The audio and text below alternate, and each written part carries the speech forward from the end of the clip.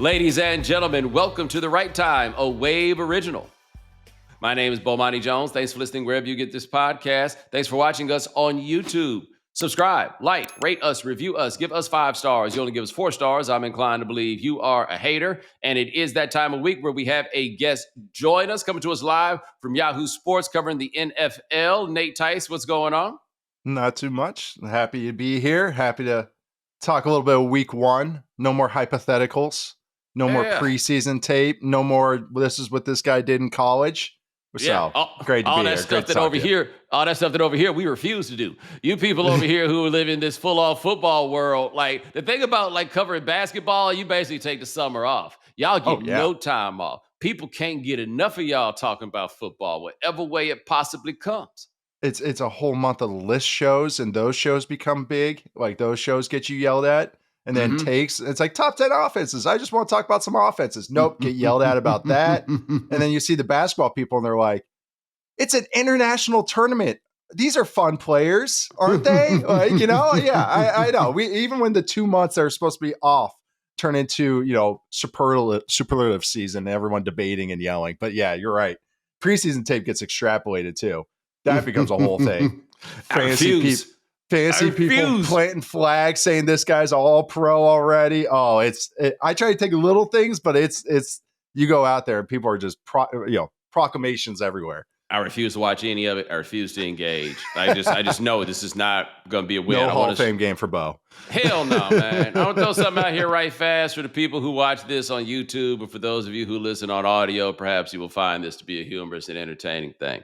So, last couple episodes, you shot them on the same day. I decided that, it's like, I got to throw on a shirt before I go do the show. And I was like, let me put on with some of this right time merchandise that we had. And so I put on my right time t-shirt. And today I am wearing my right time hoodie that you can get. And it's not really cold outside, though it's a little brisk, but it was a little easier for me to grab this today.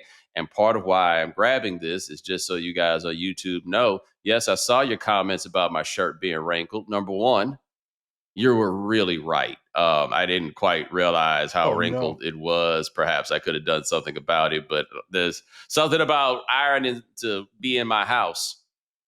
It just don't really add up for me. But number two, at the same time, you hating motherfuckers. How about you just look at that shirt and imagine what it would look like with no wrinkles and buy one? Y'all got all these jokes. You got a purchase order confirmation. You got that. How about that? You know what I'm saying? But anyway, today I'm wearing the right time hoodie. You can get that. Holla at us. Check it out. You know what I'm saying? But anyway, we'll get back to this football. Monday Night Football was interesting. The J.J. McCarthy era began in Minnesota and Caleb Williams on the other side. Now, this is interesting because the world would have you believe beginning last year that Caleb Williams is going into the best situation that a rookie quarterback had ever gone into because they had receivers and they had a running back situation. And holy smokes, I move into this season and people are basically telling me that J.J. McCarthy is walking into what is kind of the best situation a rookie quarterback has ever had, even though he's not a rookie, but he didn't play any games last year. First question for me is what you thought of McCarthy in that game, because I felt like I was looking at an upper echelon of what the guys running that system want, which is a guy to do what you said. Just if you do what I say, everything will be okay. He seemed to be operating according to that paradigm. That's exactly what it was. It's that offensive system's training wheels, just the way to bumpers, like a bowling alley. It's just really just to keep them on the rails throughout the game.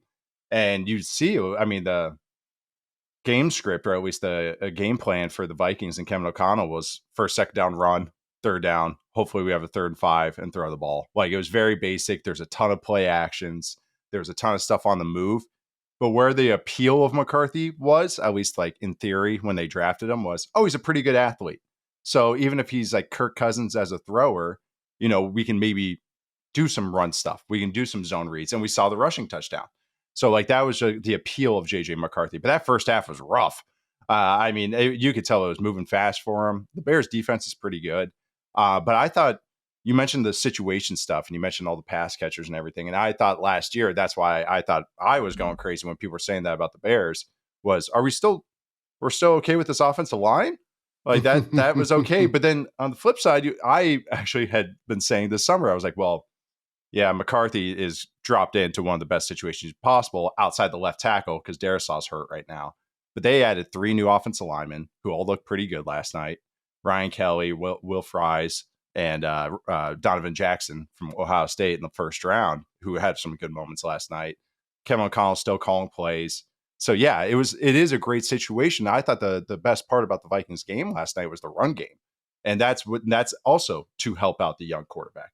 Hey, you don't have to throw it every time. Hey, we're going to get you 2nd and 5s. Hey, we're going to get you 3rd and 3s because the running game could be so good. So I did think that one of those good situations looked like a good situation last night, at least from the last couple of years. So I feel like you left out the best part of that Viking situation, which is dude playing football number 18 with $1 million worth of jewelry around his neck. Like, I ain't gonna lie, I would not roll the dice on playing a down of NFL football, right?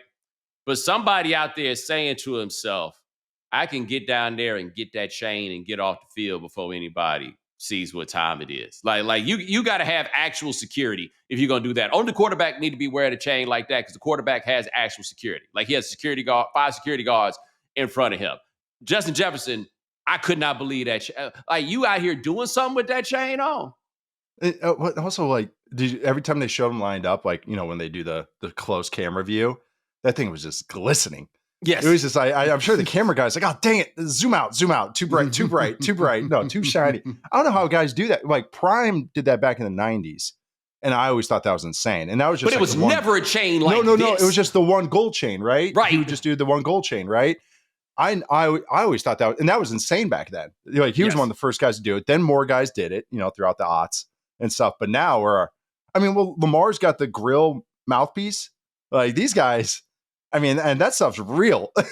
Hey, man. This is a big difference between Dante Culpepper walking up with a giant diamond pepper to the game and then taking it off before the game, as opposed to what these guys are doing. They're walking out and wearing it. Dude, I have to say that as the pandemic hit, I believed that what we were going to hit was a time that gave people like a bit of reevaluation and stuff like that. And I thought that we were going to see a rejection of a certain level of materialism in society as we realized like what the stakes were, what the world had presented to us. But people were saving so much money staying at the crib, and then they sent out them checks that actually it turned on the afterburners for a level of conspicuous consumption. Like, all these dudes got robbable chains on, right? Like the kind of chain that you can't just walk around wearing. I guess the 2021 World Series, when the Braves had all them dudes with them chains, was the sign of where this was going to go. Had no idea. But Justin Jefferson, and I'm trying my best to say Justin, I also saw y'all in the YouTube comments, he had a brother named Jordan. I'm at that age where I call you your brother's name like I'm a parent. Anyway, Justin Jefferson, let me ask you this about him. This is a serious question because I don't quite know it. He seems to just be really good at being really good, but I don't know myself exactly what it is because he's probably the best receiver in the league right now, right? Like, what is the thing he does? Body control. Like, that's the thing, is that when he breaks in and out of stuff, I think he's the best receiver in the game because he can legit do anything. He can go deep. He can run intermediate, run over the middle, take stuff short and get yak. He can block. Like, that was actually one of his things coming out of LSU, was that he was a good blocker. He can line up in the slot. It's just one of those things that not only he's not just a jack of all trades, he's the king of all trades. Like, he is very good to elite at every part. His hand-eye coordination is excellent. His, how his body moves, like how he moves out of breaks, is just so unique. Like, he's able to turn with his legs facing one way, his upper body facing the other way, and make a catch, it's just this rare body control that he has. But he's just insane. And I know he's wearing that chain because he doesn't have to worry about playing Aqib Talib anymore. So that's... I think Aqib Talib would let him wear his chain. Okay. Talib's problem was not the chain. It was the man wearing the chain. Oh, yes. I know my guy, Michael Crabtree. He told him, he said 2 years with him in Oakland. I just didn't feel like he should be wearing that chain. And not he didn't even try to keep his chain. He just took the chain off of his neck. And this reminds me, for those of you who don't know, right now, Aqib Talib is working on Underdog, the people that do Gil's Arena. They've got a football arena, And among others, that show has Aqib Talib and Skip Bayless. And I know Jay Gruden is supposed to be on the show. And there's a lot going on there with that pairing. A lot going on.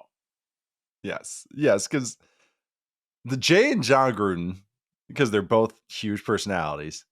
They're definitely the big brother, little brother, personalities too. Jay is a shit stirrer.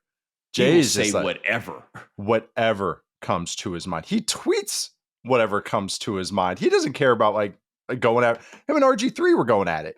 Yeah. Jay Gruden he has given up on getting another job. Yeah, That is the impression that I get from him. He's like, which I actually like. Right, like whatever the jobs are that might be available to him. Yeah, he has decided. Like a guy like Rex Ryan, for example. Rex Ryan could get a job in the NFL, but he doesn't. Footsie. But he doesn't want to be a defensive coordinator, and I don't think anybody's going to put him in charge anymore. Jay Gruden, I think, has just decided, nope. The jobs they give, like I don't know what he does for money or how much money he has, but he just be out here saying any damn thing. He means it, and he does. Oh, I know. That's why. Again, I appreciate. That's why if you ever want to know like so many players and former coaches' analysis, other than that a lot of them don't pay attention to the game as much as they should, is a lot of them are just, well, that's my buddy. Well, that's my, I played with him in college. Oh, that's my coach that I worked with. That's why we vacationed together in Destin, Florida, where all the coaches have their vacation homes. Like, that they have those kind of connections still. It's actually kind of freeing for me. As soon as my dad got out of the league, I was like, all right, these motherfuckers didn't give me a job, so get ready. Right. So that is freeing. And Jay's just always been like that. He's the loose cannon like that. And even as a coach, he had that. Like, remember they came out with a picture of him, smoking a J outside the bar, so it's right. like, stuff. And he just owned it. Like, he just didn't even care about it. I don't know. I appreciate that kind of analysis. If it's not just always just going into the doldrums and crap talking a little bit of everybody, at least just like a little bit of sides are pretty fun. Yeah, I will say no industry is quite as protective of I know that guy, and Twitter has made it the worst because of the flimsy ties, but ties nonetheless, than my business. Oh, yes. Yeah, we all snitch tags. We all kind of know each other. Right? Yes. But we don't really know each other, so we do not hold each other to proper account. When we didn't all kind of know each other, then and I'm guilty of this too. Oh yeah. Oh yeah.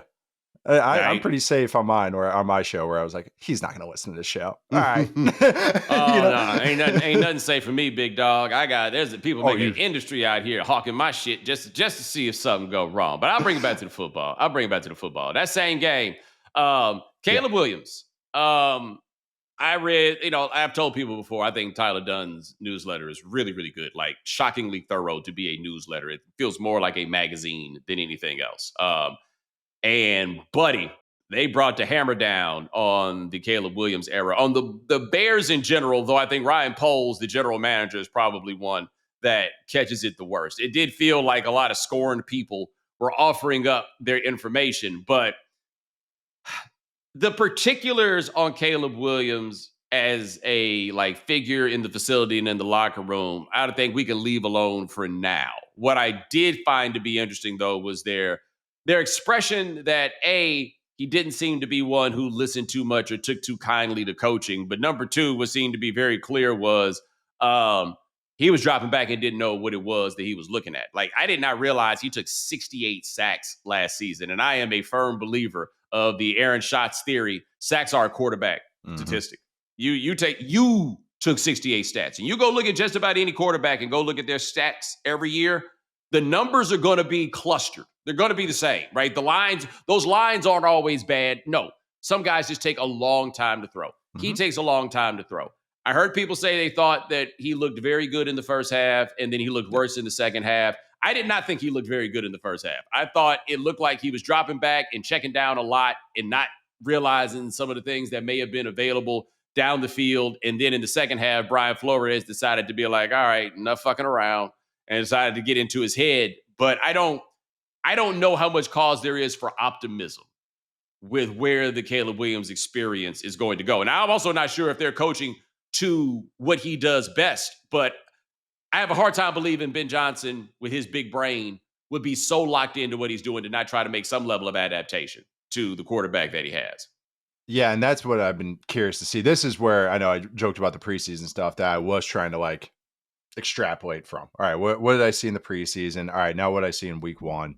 And Ben Johnson, I do have trust in. Like I do think this guy is very smart, and I do think this guy's very thorough, and I do think he's the right coach for Caleb because some of those guys have personalities. Like a guy like Caleb, and again, I've never met Caleb Williams, I've never met Ben Johnson, but just context of stuff or just reading of the context is some of these guys that have big personalities and maybe reportedly think they know it all and give coaches hard times. They're kind of like a toddler testing boundaries, going like, "Can I get away with this? Can I get away with this?" And sometimes those guys, they don't think they like hard coaching, but they need hard coaching. They need a big personality to kind of get after them and hold them accountable, not let them go away on any BS and everything. And so what I've been trying to look at is Ben Johnson seems to be trying to find plays that work with Caleb. Caleb is shorter. He's sub 6'2". And if you just look at the history of the game, and I know everyone just always gets mad at me when I bring this up, short guys don't throw it over the middle. The only one that did is Drew Brees. And actually the one that does it the best right now is Bryce Young, who does not look good overall, but he can at least throw over the middle. That is just the weakness of being short. It's not batted balls, it's that. But when you run what I think Ben Johnson wants to do, a lot of runs, play action off the runs, down the field stuff. Play action works best with stuff over the middle because that's what you're affecting with a run play is the linebackers coming up, the safeties coming up. So then you attack behind them. It's just physics. But if you're not attacking over the middle, all right, what are we trying to fake at? What are we trying to affect here? So Ben Johnson to me seemed like he was doing more outbreaking routes because then, okay, Caleb has got a hose and was thrown to the outside. Outside throws are a little bit more space, less mistakes happen. If I miss, I can just miss towards the sideline. Throwing over the middle is harder. If I make a mistake, tip ball pick. If I make a mistake, it just at a guy's feet. A guy can get batted down by a linebacker. All these things can happen. There's more risk, but there's way more reward. But the thing with Caleb is he's missing those throws. And that's what's scary to me because I'm a guy, I'm a little different to you. I have a little more optimism with Caleb, but I thought it would just be a little bit more than what we saw in this game. Because the opening drive, yeah, there's one or two moments, but then like you said, there's some scramble moments or check down moments. And that's what I can't wait to watch when I rewatch this game later this week, like film wise, is that what was the back end looking like? Is it just because you weren't anticipating and that's why it was closed and that's why you're checking down? Or are those guys truly covered? I'm going to guess that he wasn't anticipating because just the rhythm of the plays. I think Roman Dunze is a good player. I think DJ Moore is a good player. I trust, again, what Ben Johnson's designing. So, yeah, there's a couple times I'm sure he made the right decision. It's good that he's going through the check down and good that he's doing those things. But, man, it's 3 seconds or less. Like, that's how quickly you have to make a decision as a quarterback. And it just seems to me it's 3.5 for him, 4 for him. Great that you can do all this creation stuff, but like, man, he still has to get better from the pocket. So that's just I got to rewatch this game. But the first half, that first drive, opening script, yeah. But when the defense adjusted, they started sending blitzes. Like if you put that on tape that you can't handle blitzes, hold on to your hat because here comes the heat every single week. And that was like the discouraging part about it, I thought. Yeah, I think for me, I get the feeling I felt this way about Baker Mayfield, though they are very different quarterbacks. But Baker Mayfield to a lesser degree, but he was college athletic. Yeah. And you know what I mean? He still thinks he's athletic. Yeah, but he had athleticism that it took to make plays in college. Yep. That's a great point. And I think that Williams had the athleticism to make, and if you're going to play off schedule, or more accurately, I don't think the issue here is playing off schedule. The issue is playing late, right? Yep. If you're going to be running late, you got to really have this added dimension to be able to pull that off and still be good. Case in point, Cam Newton, a touch late, but with the arm that he had and the body that he had and everything else, he was still throwing dudes open, right? Yep. Still making it happen at that point. I feel like the athleticism that Williams had, I mean, I'll never forget that first game, the game they took over Spencer Rattler against Texas, and he was jumping off the screen with that athletic ability. I think Deshaun Watson, at his best, is a great example of this, of a guy that was college athletic. Now you're going to have to play a bit more on time to get this done. And I don't know, quarterbacking way better than I ever would. Is that something that like how often somebody becomes that? They got to be in there. It's got to be ingrained because they've won. every quarterback wins differently. And that's what I know. I'm not just explaining this to you, but just, and I think that's the misconception is that even like, this brings me back to the Jalen Hurts conversation where it's just that everyone, well, oh, is he a top 10 quarterback, top 5 quarterback? And the argument is there's others that can do what he does well, but then other weakness, everybody has a weakness. All these guys have a weakness to it and they have a way to win.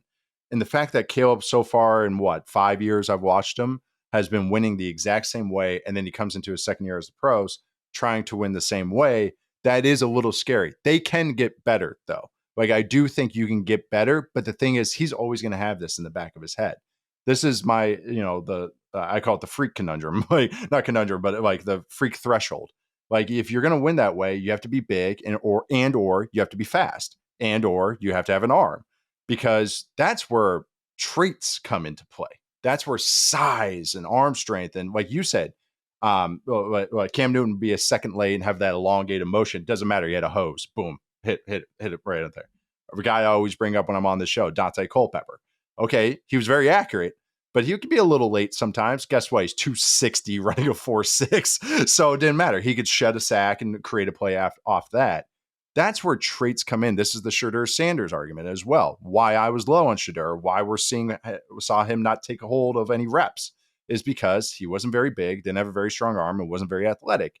That gives you room for error if you do make a mental mistake, if you are mentally a little bit slow. That's what those traits do.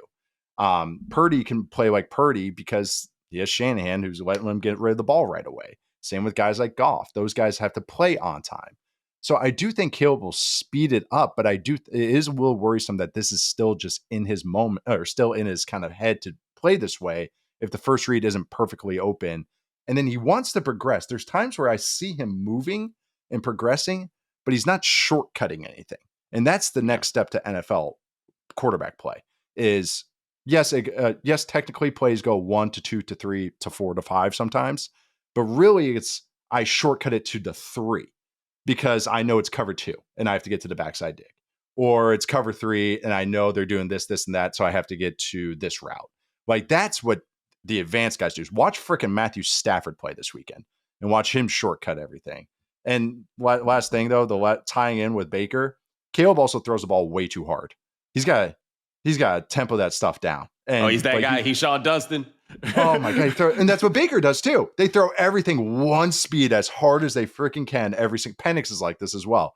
Everything as hard as they can every time. And got to have a little layering. Got to have a little bit of touch on these throws. You got to be able to throw a changeup or a curveball just to help yourself out.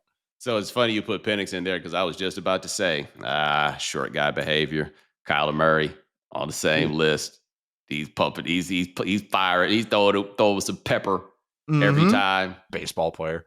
That's it too. Doesn't throw over the middle either. That's actually who, when we in the prospect stuff, I like him as a prospect. I was a Drake May #1 guy, which everyone made fun of at the time, but now everyone's gone like, oh, Drake, I had Drake May at #1. It's like, yes, BS. I kept notes on I have a list of this of everyone that got after me. Was when Caleb was coming out, I was kind of saying what his, with their high end comparisons, with their middle comparisons, with their low end ones. My middle comparison was like, it's kind of like a big Kyler. Like that was kind of like what I think he most likely ends up looking like. And I'm watching him, I'm like, yeah, I mean, I'm seeing a lot of big Kyler, but he's not throwing the deep ball like Kyler does. Which that's what I was about to say. That's also concerning.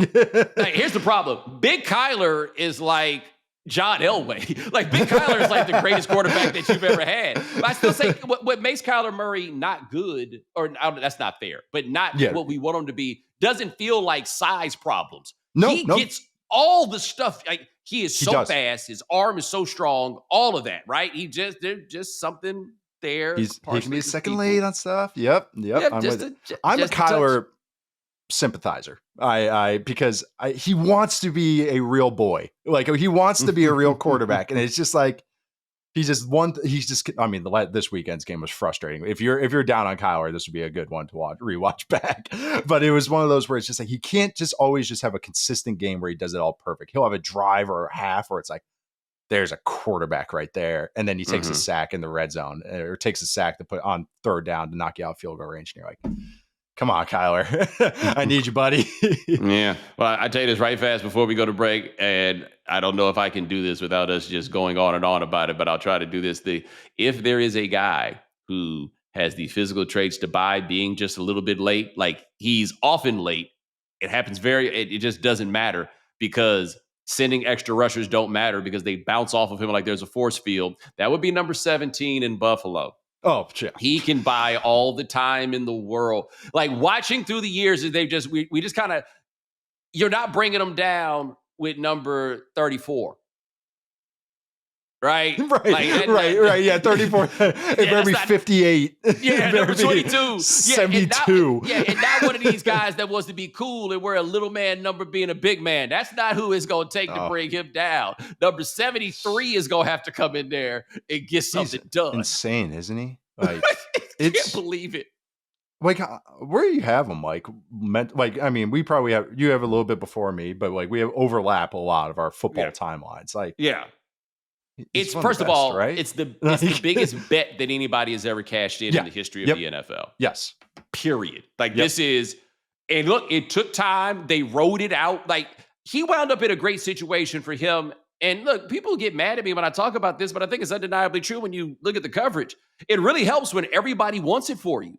Whether it was local, whether it was everywhere else, teammates, it afforded him the patience for the first 2 and 3 years to get to where it was because he stunk. Like we were not wrong when he said he stunk. Now it's never been like this before. And then on top of it, everybody likes him. Yeah, loves him. That was so I liked him as a prospect, but I was like, this is like 1 out of 100. This works, but like, hey, he seems like a good kid, like all this stuff. His rookie year, he scored a touchdown and the entire sideline and the team went and celebrated with him, going nuts. And I was just like, that's interesting. Like, I remember where I was sitting. I think I had just moved here to Vegas. And I remember just being like, that's interesting. They really like him. There might be something to this. And then I think it was 2019 comes in, still spraying stuff, but like had a couple moments. And then now we were watching him. This dude's changing protections like Peyton Manning in his prime, and then throwing a guy off of him, and then launching a throw 45 yards, and it's just like, I mean, he's maxed out on everything. 99 overall. But he'll still panic every now and then, right? Like Lamar Jackson looked excellent in that game, by the way, excellent in that game. You gotta hope, and Josh is still giving you a chance or two a game. Stafford's a guy like that. My Stafford comp that makes people mad, but it's the truth. Carson Palmer was that guy.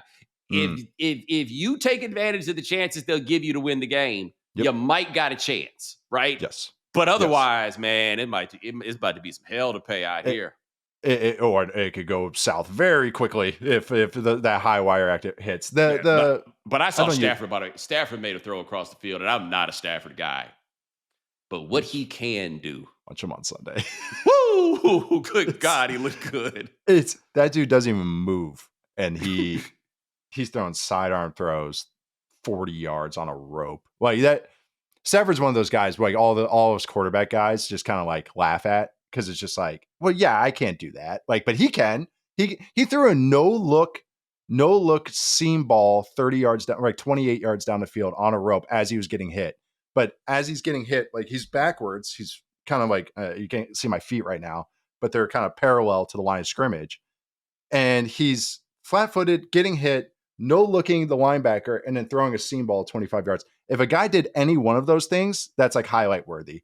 And he did like 3 of the hardest things. Like, his high end stuff. But the thing is, he also gets hit once, and the next play, it looks like he's hobbling across in the He's another one. Once again, his patience game was different because he was good enough to be a starter, and he got that patience. He got the patience where he's going to maybe go into the Hall of Fame with all of 3 Pro Bowl appearances, like the comp, Carson Palmer. I don't think he's a Hall of Famer. The Super Bowl is probably going to take it there, but I don't know anybody that has consistently gotten better for 15 years.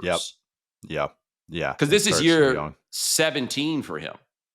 God, is it? Yeah, because he entered at 20. 09. In 09. This is year 17 for him. And as much as people put he played for Detroit thing, yeah, damn, got stuck throwing to Calvin Johnson.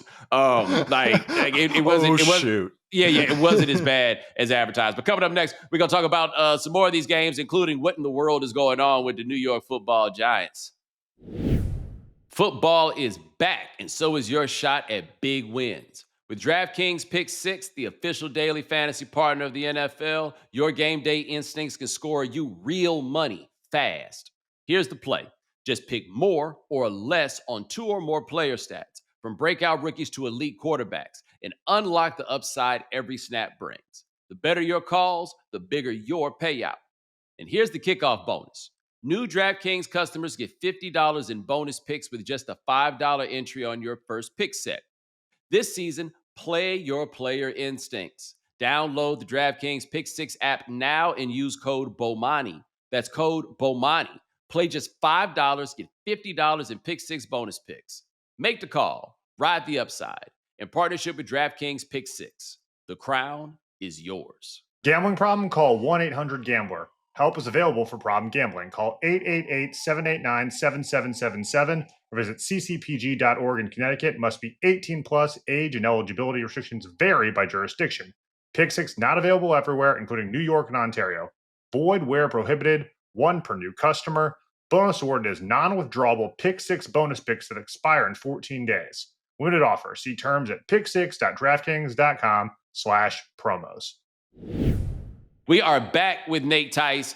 Russell Wilson had a bad game against the Commandos because Daboll could not say definitively that he was going to start the next game. And then he came back out and after watching the film, decided that he is going to start in week 2, which I take to be we watched the film and Russell Wilson was bad, but so was everybody else. And we're not going to sacrifice this quarterback that we say we're high on in order to just throw him on the field early. Because look, I don't think they have any good quarterbacks. I don't think they have anything to gain for putting Jackson Dart out there, except to tell the veterans we're not giving up on the season, right? Like that to me is the only thing that you have to gain for doing that, which I think is it matters. I'm not the one that has to manage these guys on a day-to-day basis, but you played in college with Russell Wilson. I covered Russell Wilson when he was at his first college.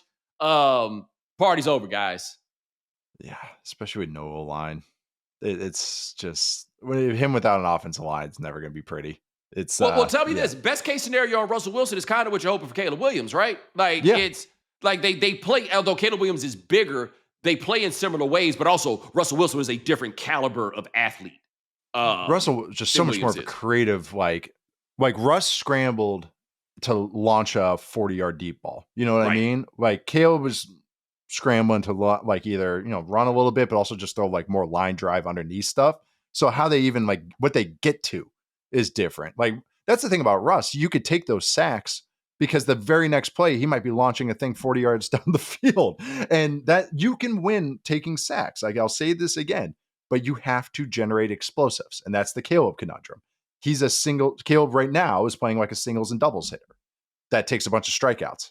That math doesn't. I don't want Ichiro taking 200 strikeouts, right? That math doesn't work out for quarterbacks. But Russ, prime Russ at least, or Wisconsin Russ, we had a great run game that kept us on schedule. But then it was our 2011 Wisconsin offense was legitimately one of the best offenses in recent history. What you're talking about is should have won the Heisman, Russ, except for people who don't remember that season. 2 insane Hail Marys are the only reason Russell Wilson did not win that Heisman. You actually remember this.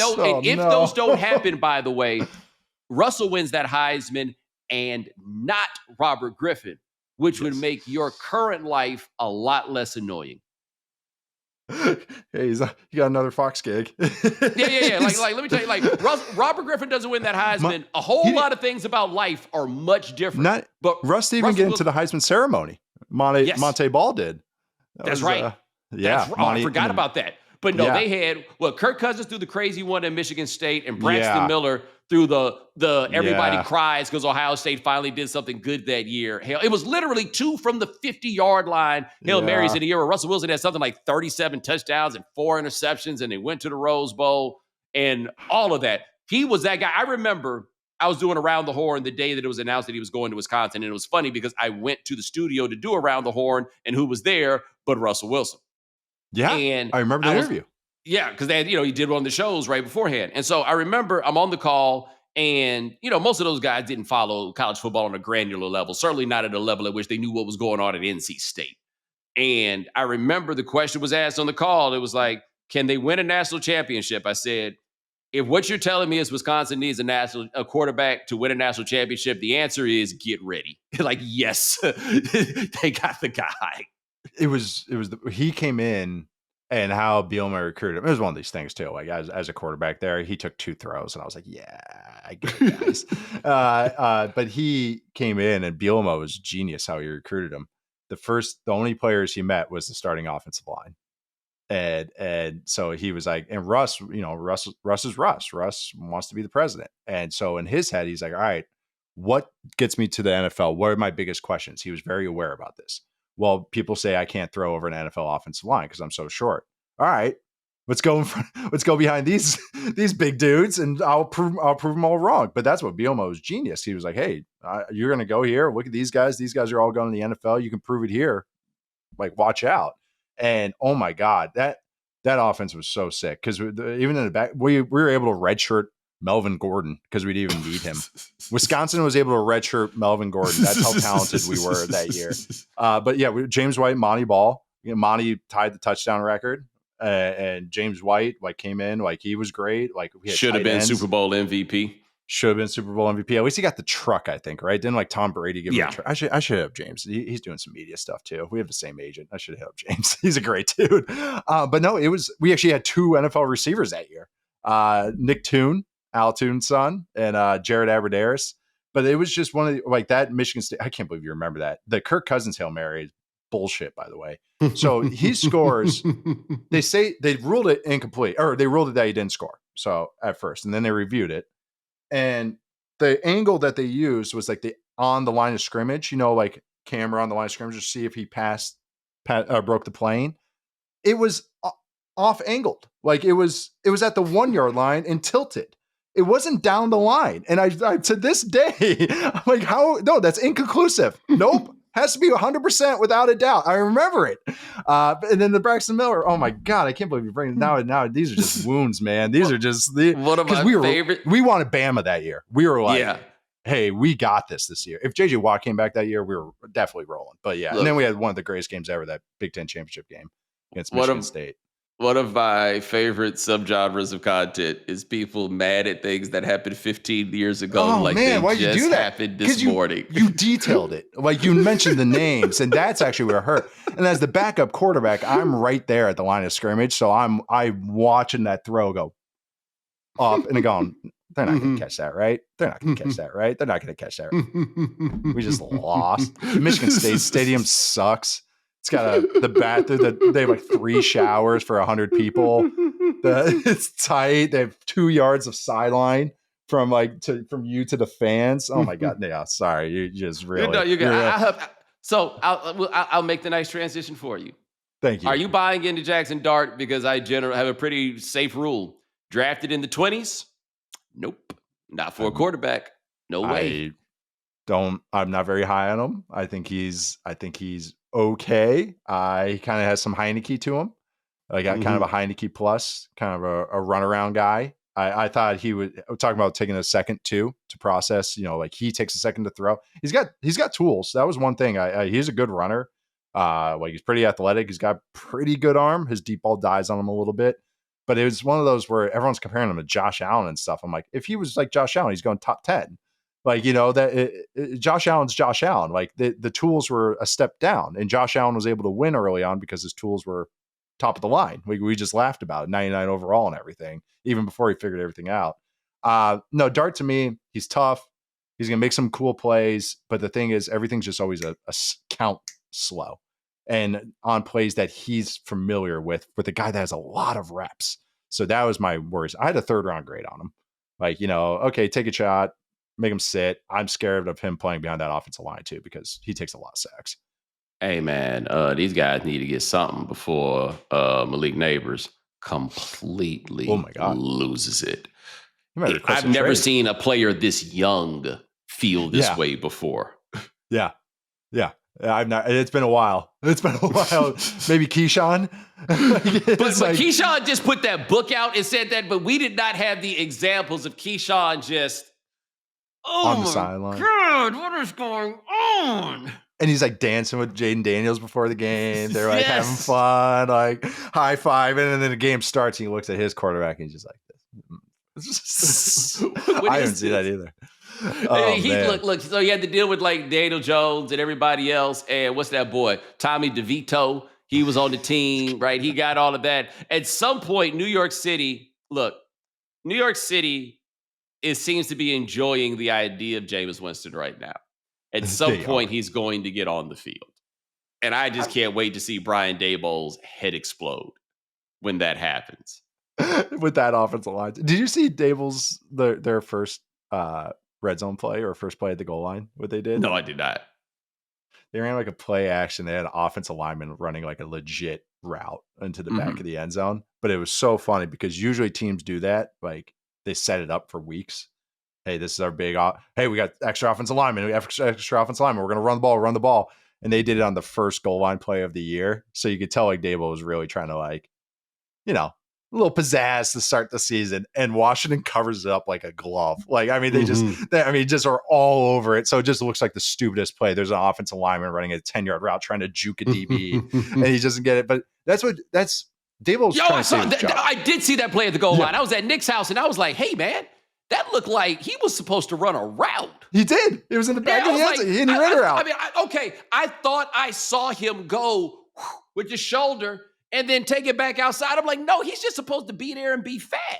No, he was trying to run a freaking route. First goal line play of the year. It killed me. Because that's the thing. My thing with Daboll is that he has media friends and he reads everything. And it just seems like he does a lot of things performatively. Mm-hmm. That's how my read on him. Everything's kind of performative with him. Like I love my quarterback. Like, and he's like getting all giddy about him and saying all these things in the preseason. It's like, really, about what he did right there? Interesting. Because he knows he needs Dart to be decent to save his job. Like, so of course he's going to be selling these things. Like he's selling a lot. He's like, oh, I got my Josh Allen. It's like, well, again, I'm never going to compare anybody to Josh Allen ever. And also the progression of Josh Allen. And also, again, you can't compare these two guys because their tools are so different. One maxes out the scales and one's more like good, but there's a big difference between maxing out the scale A+ and a B, that's a pretty big difference. So I that's what it's kind of been funny with the Giants. It's like they're telling themselves a lot of things and they have like one of the hardest schedules. And I think they're going to struggle to win a lot of games. Hey, speaking of coaches, I don't know football on this level in the way that I know basketball, right? But with basketball, especially at the professional level, it takes very little for a coach to lose a team. Mm-hmm. And the example I talk about on the show a lot, I found out about a team where in practice, there was a coach who had moved up to the pros from college, and he called 5 seconds on the dribbler, which is a college call and not a professional call. And he did that in training camp and in practice, and it was over. He lost him right then and there, right? Brian Callahan stood in front of God and everybody else and said that he did not challenge a catch in a game that was very clearly a catch by his guys in a game they had a chance to win. And he did not challenge it because he knew that an arm or a hand being down was not the same as 2 feet being down. Now, I want to say 2 things. Number one, it says it specifically in the rule book that any body part is the equivalent of 2 feet. But number 2, even if you didn't know the rules, if you are of Brian Callahan's age or in that ballpark, and let me look it up because I feel like he is not too young to understand what I'm about to say. A lot of us grew up with some pretty solid John Maddenisms, and the biggest one is one hand is the same as 2 feet. And he did not know this. In a basketball context, you should start looking for your new coach tomorrow because these guys are checked out on this because I'm checked out on him after this.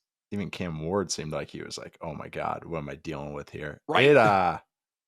It was very disappointing as hopefully one of the good Nepos.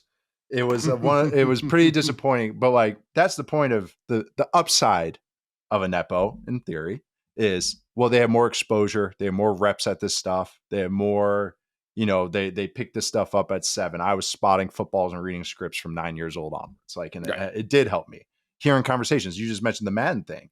When you just watch these games, you just learn it through osmosis. I mean, any of us that do anything that we like or hobbies or anything, that's what's disappointing. It's like he should know this stuff like the back of his hand. Like he should know these rules like that. Like everybody kind of, that one's pretty, that's like a 201 level football knowledge thing. You know what I mean? It's not like some advanced thing like a rip move negates holding penalties. Like that's pretty advanced. I understand people not understanding that. Coach's kid, but also, and this is more indicative of anything, is, and maybe just of the coaching or just their system there in Tennessee too, is a lot of these coaches that even if they might not know the rule, they have a guy that knows the rules. And then they have a line of communication that can get to them and go like, hey, we got to challenge us. Hey, we got to do this because of this, this, and that. So that's what's indicative of, like, that's more negative to me than anything, that not one person either had the trust or one person was enabled or one person thought they had the confidence to go like, hey, we should challenge this or we should do this. That's really scary to me. But I love your 5 seconds call, because I know, especially with NBA guys, they're looking for that stuff. That's it. And I heard about, who's the guy that came over that was LeBron's coach in Cleveland, not Ty Lue or anything. Oh, you're talking about David Blatt.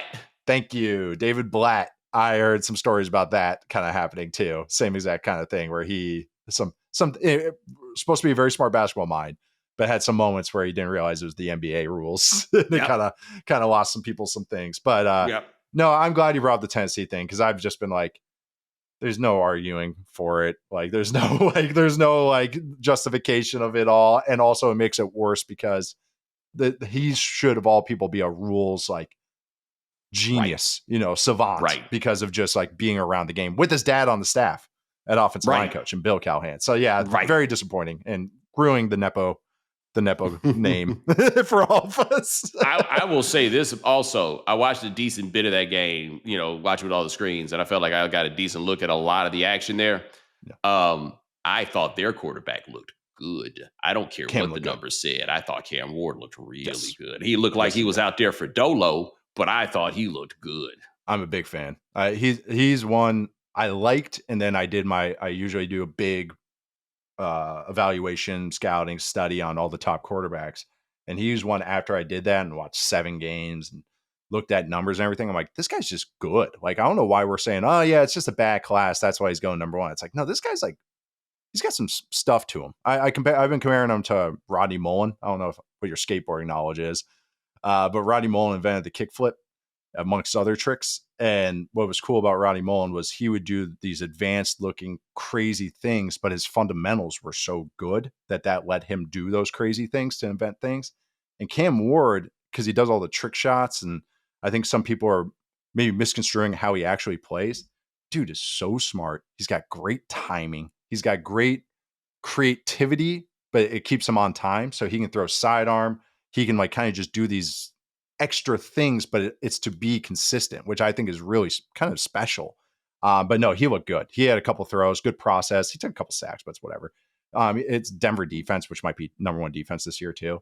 He had a couple moments that were like, that's some really good process, even if the results weren't there. So I'm with you. I think even the numbers weren't great. I thought he looked really good. Now, as we start winding this down, 1, I'm trying to imagine your big ass on a skateboard, and 2, Ryan said in text, I think it's pretty funny about this, which is, Brian Daboll's out here looking like he'll be Alabama's offensive coordinator next year under Lane Kiffin. Number 1, I cannot imagine a more combustible mix than Brian Daboll and Lane Kiffin. But also, don't forget, Daboll won a national championship as the offensive coordinator in Alabama, and everybody was ready for him to go.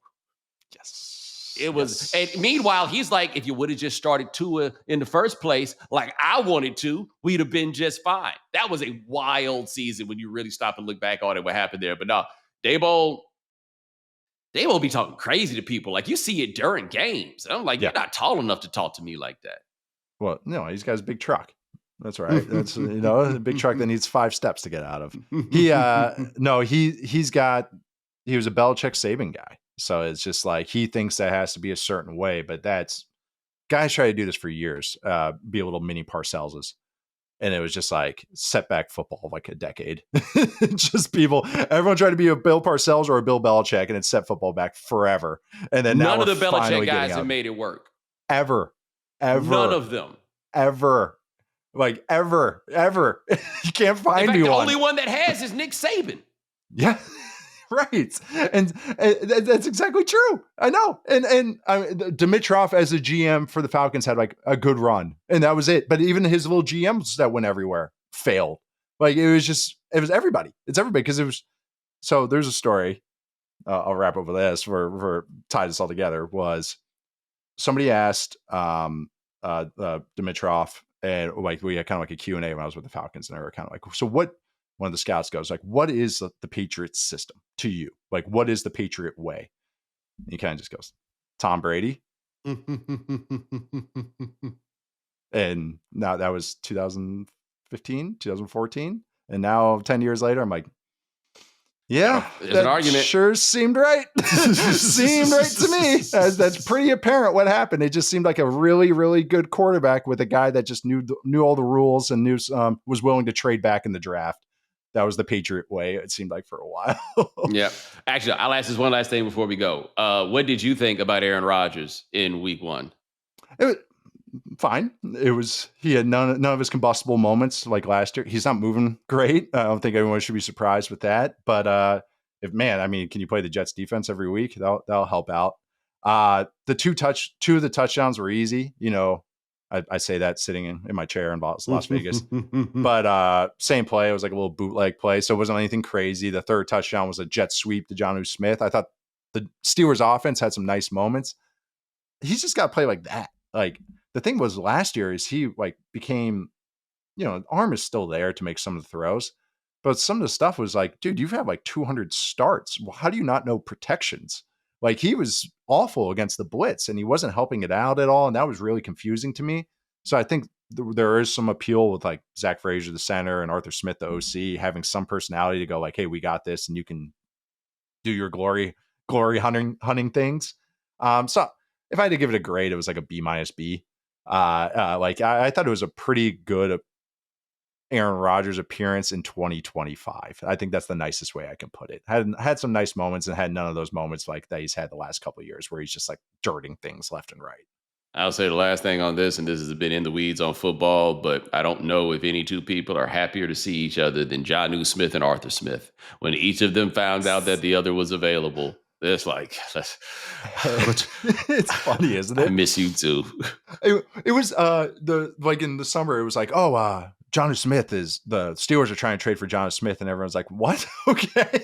where did that come from? All right, cool. Oh, Arthur's there. That's why. It was like, didn't he just have a good year with the Dolphins? Like what just happened here? Hey man, look, it sounds like there was some foresight getting out of that dumpster fire. Oh my God. I tweeted this. It was like my expectations were low, but holy shit. Like, well, and then you get the report today, and today being Tuesday, of in the divorce proceedings, Tyreek Hill's soon to be or estranged wife with 8 alleged incidents of domestic violence. They may wind up having to cut him this year. Like, and all the talk about trade, you're going to have to answer for it if you trade for him. Like, right. And I think he's going to just become generally disruptive. Like, they may wind up just having to leave him on the curb. I mean, all the signs are there. Just even going from the, like, they don't name him captain. And I know that seems stupid, but I don't know how many times a vet with the same staff on the same team has lost a captainship. Like, I know that seems stupid and I know that seems silly, but it is very that's telling. That was a choice by the players. That was everybody going like, no way. Like, no, enough. You're not good enough for us to be doing this. Like, to us to wave away. Like, I've seen assholes be captains all the time, but it's just like, usually it's because they're good players. And that's the thing with Tyreek is I talked to somebody in the NBA actually, and we're talking about Vince Carter, and we're talking about how excellent athletes actually age better. Like, we sometimes misconstrue the guy that has the old man game at the Y ages better because they're advanced. Well, it's like, well, if they're a bad athlete, they're probably going to become a worse athlete. It's not going to end well. But like the really good athletes can age well if they work hard and they kind of like learn their game and adapt their game. Tyreek doesn't have that personality. to like adapt his game. His game is just purely speed. And if you look at all of his metrics, and I'll end with this, everything about him is his speed is just dropping off a cliff. Like it's not even just slowly going down. It's like, no, it's rapidly descending here. His top speed or his average speed last year was 12.77 miles an hour. Year before that, 13.7. Year before that, 13.8. So it's dropped a full mile an hour. And that's significant when we're talking about averages. Top speed went from 22 miles an hour to just over 21. So again, dropped a mile an hour. And then like his average or his like times he's hit 15 miles an hour dropped from 44% to 36%. So okay, it's like that one tells it for me because it's hard to get the gradations on something as close as like single numbers, but 44 to 36 is a percent. Yes, 4.3 of his plays in 2023 when he went 20 miles an hour and over. 20 miles an hour is the elite speed. Mm-hmm. So 4.3 in 2023, 1.3 in 2024. Oh, yeah. So well, he's also a sneaky old guy. Yes, he is a sneaky old guy. He's like he's been in the league for a while. The thing with him 31. Is just it's hard to find guys that fast with acceleration who accelerate like that and who change directions and ball skills. Like Tyreek had, like that's an underrated thing with him is he can adjust and everything. He's not just like a totally tiny guy, but it's all of his route running because he's a unique route runner in that he'll sell routes and go freaking midfield and then break back out where most guys would just go to the hash. Well, if you won your entire, we talk about how guys win. If you win your entire career that way, and we're just going to take that away from you, and you're the personality that's like full blown. I feel like I'm okay saying it, a dick. Like I don't know. It's I don't know if that's going to age well. So and again, taking the captainship, it's just like all the signs are there. It's like just going to fall off soon. Yeah, everybody's. Mike McDaniel will be doing a great job running somebody's offense for a very handsome check. Yes. Right? Like, don't you worry about him. He'll be just fine. Chip Kelly money. Yep. And Tua will be playing for his job under one more coach. Yep. And they're going to have to start that whole thing over. Man, it just went, I don't know, such a fizzle. Like, like usually you have that bad loss. That's kind of like, all right, that was the last hurrah. And it was just like that Chiefs wildcard game where they didn't even try, where everybody was just cold. Like that's how you're going to end it. But it actually kind of feels kind of fitting that they just kind of literally got slowed down in the cold. Had a spark when you started, but now you're just garbage. Not you, Nate Tice. You're pretty dope. Check him out at Yahoo Sports covering the NFL. My man, I appreciate you. Thanks for having me. Always fun. All right. Thank you, man. And ladies and gentlemen, thanks so much for having us.